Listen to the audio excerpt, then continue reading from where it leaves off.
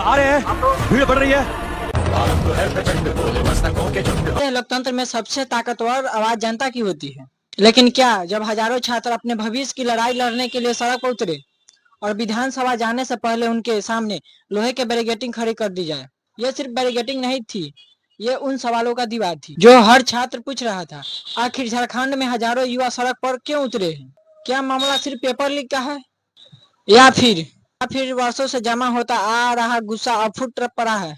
किस डॉक्यूमेंट्री में हम पूरी कहानी शुरुआत से समझेंगे, बिना शोर बिना पक्षपात, सिर्फ उपलब्ध तथ्यों और सार्वजनिक बयानों के आधार पर। आंदोलन की एक वजह होती है और झारखंड में इस आंदोलन की वजह है भर्ती परीक्षा को लेकर उठे सवाल।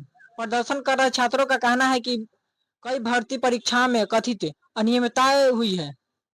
उनकी मांग साफ है, निष्पक्ष जांच, सीबीआई जांच की मांग, दोषियों पर सख्त कार्रवाई, समय पर नियुक्ति और ऐसी व्यवस्था जिसमें मेहनत करने वाले छात्र का भविष्य सुरक्षित रहे।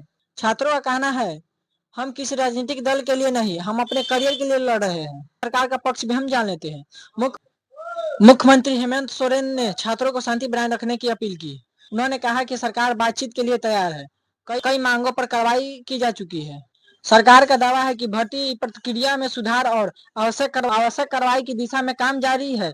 लेकिन यही से कहानी दो हिस्सों में बढ़ जाती है। एक तरफ सरकार के दावे और दूसरी तरफ छात्रों की नाराजगी और सवाल। अगर सब कुछ सही दिशा में है तो आंदोलन अभी तक जारी क्यों है? फिर आया वो दिन जब हजारों छात्र विधानसभा की ओर आगे बढ़े। रास्ते में पुलिस की कई परतें और बैरिकेडिंग थी। स्थिति तनावपूर्ण हुई। रिपोर्टर के अनुसार कुछ जगहों पर धक्का मुक्की हुई और भीड़ को रोकने के लिए बल प्रयोग भी हुआ। इन तस्वीरों में सोशल मीडिया से लेकर राष्ट्रीय मीडिया तक बहस छिड़ गई। सरकार की कार्रवाई पर सवाल उठाए। सरकार ने कहा कि कानून व्यवस्था बनाए रखने की उनकी जिम्मेदारी है, यानी घटना एक लेकिन नजरिया दो है।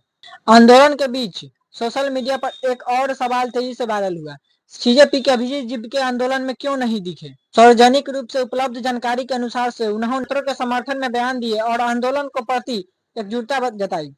हालांकि सोशल मीडिया पर कई लोगों ने सवाल उठाया कि मौके पर भी मौजूद होना चाहिए था। इस मुद्दे पर अलग अलग राय देखने को मिली, यानी यह बहस भी आंदोलन का एक हिस्सा बन गया। आंदोलन अभी जारी है, सरकार बातचीत की बात कर रही है, छात्र अपनी मांग पर कायम है।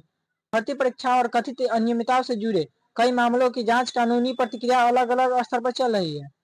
लेकिन सबसे बड़ा सवाल अभी वही है, क्या युवाओं का भरोसा वापस लौटेगा? क्या आने वाली भर्तियां पूरी तरह से पारदर्शी होगी? क्या मेहनत करने वाले छात्रों को न्याय मिलेगा जिसकी वे मांग कर रहे हैं? सवालों का जवाब आने वाले समय देगा। लेकिन इतना तय है कि जब किसी राज्य का युवा सड़क पर उतरता है तो वह सिर्फ नौकरी नहीं मांग रहा होता है, वह अपने भविष्य पर भरोसा मांग रहा होता है। आपकी राय क्या है?